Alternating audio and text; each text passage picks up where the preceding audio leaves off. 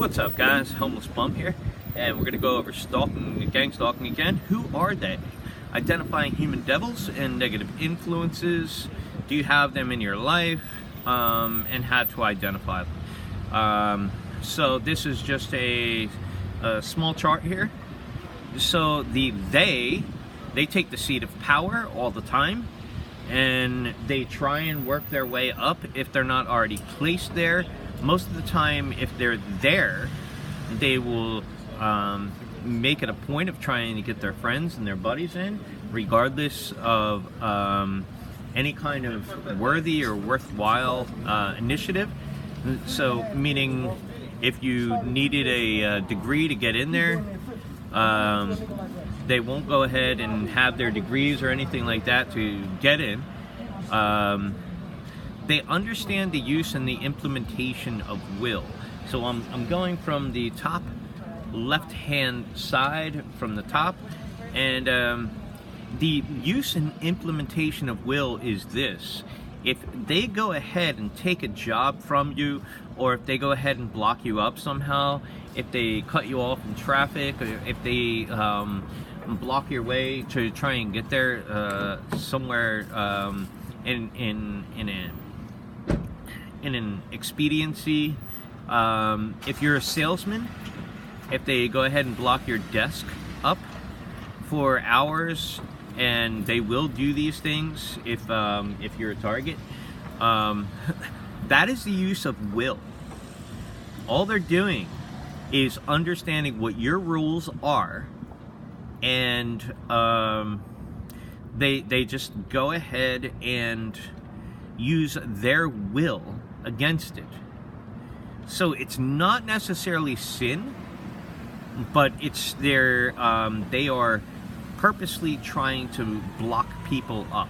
Maybe they don't even know it's you, but all they know is to just fucking cause a hassle, cause a ruckus, whatever it may be. They steal and mimic. So anything they can actually steal, anything they can actually get, that they will. The mimicking is they try and take over your life. That has happened many times over. Even Steve Jobs and Apple got ousted from his own company, which is Apple. Not everybody knows that, but Steve Jobs got ousted from Apple. He had to actually earn Apple back after he got kicked out. And a lot of the things that they did to get Steve Jobs kicked out is part of the absolute playbook, or the devil's playbook, and gang stalking. They feed off of fear. I think we all know this. They try and make you scared. They try and say things. They get hundreds of people or a few people that'll keep on saying the same thing.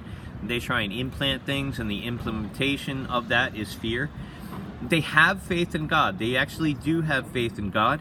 It's just they don't like God. They hate him. They also hate Jesus. So one of the big things you'll notice, they'll say, "Oh, I work for God. I work for God." But I don't know who this Jesus character is. I don't know him, or I hate him. They'll say that they hate Jesus. One guy has a tattoo of a cross. They made it a white supremacist tattoo of a cross, and they used the cross and then pointed to the top, the left, and the right, and the bottom, and used the "I hate Jesus" phrase. They can get anywhere as a collective. If you actually look well back into history, in the creation of the atomic bomb, there's Oppenheimer, and there's also John Nash. If you look through the story of John Nash, Sylvia Nasser wrote a very in-depth cover of John Nash's life. Sylvia Nasser wrote a very in-depth cover of John Nash's life, and actually gang stalking is laid well within that. So gang stalking isn't just now. So now the reason why I say they can get anywhere, he was in a prestigious college. I forget which it was. But for him to go ahead and become one of the top mathematicians as far as the Manhattan Project, obviously he had to be in pretty high up the ranks. They literally lie in wait to steal, spy, or cause human suffering. The human suffering part might be death or just regular human suffering, but they lie in wait, and they'll just try and steal stuff, small stuff. It doesn't really matter. Sometimes they even put it back to make it look like you're an idiot.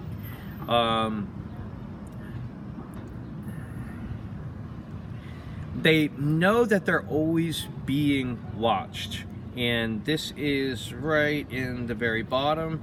They know that they're being watched just like we know that we are being watched, and they work as a collective.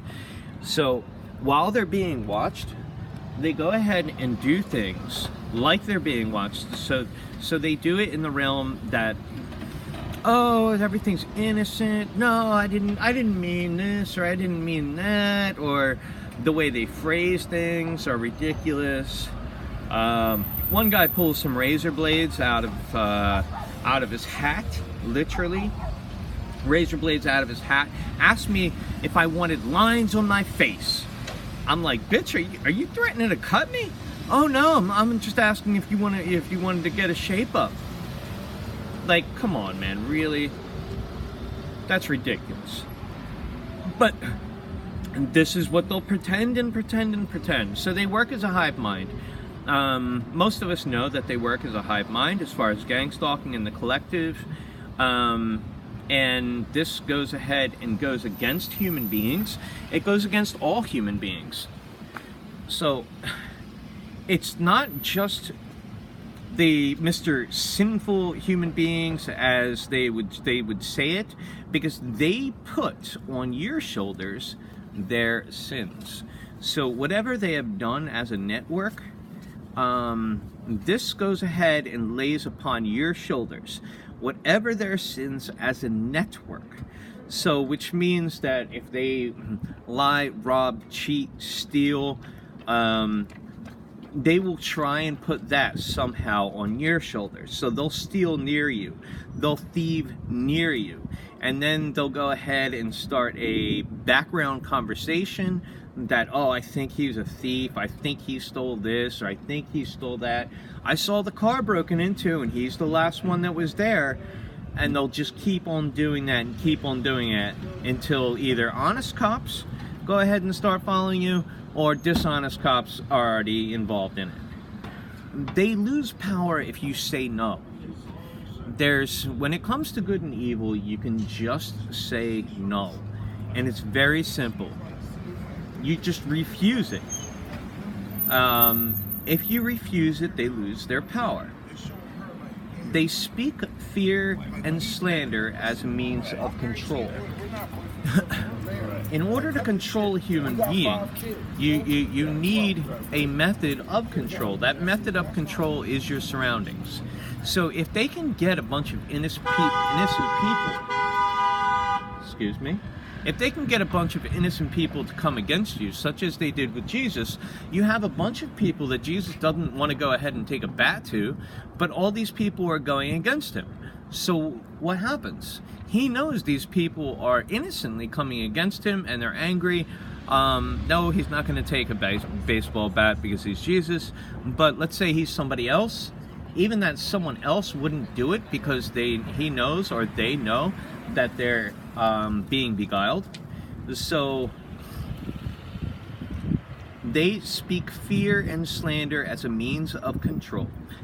They probably will not kill you. The likelihood, we already understand this. The likelihood is they're not going to kill you. They want to control you, and they want to control others through you. You're worth a whole lot more alive, a whole lot more self-deprecating. You're worth a whole lot more in the fear realm than you are dead. They work across any religious platform. If you really understand gangstalking is not just a Christian narrative.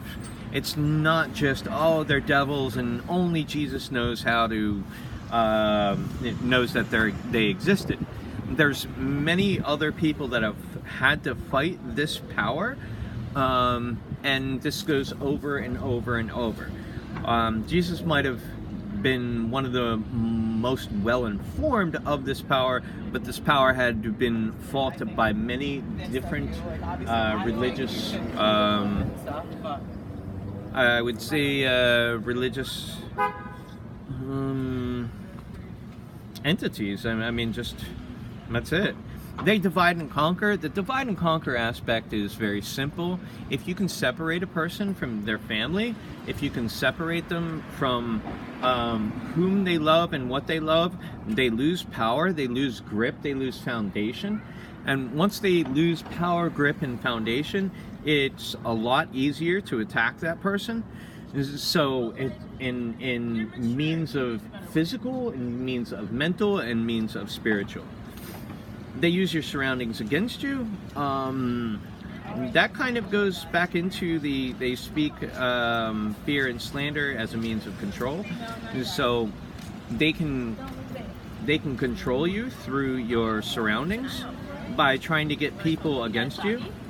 They are selfish to an extreme.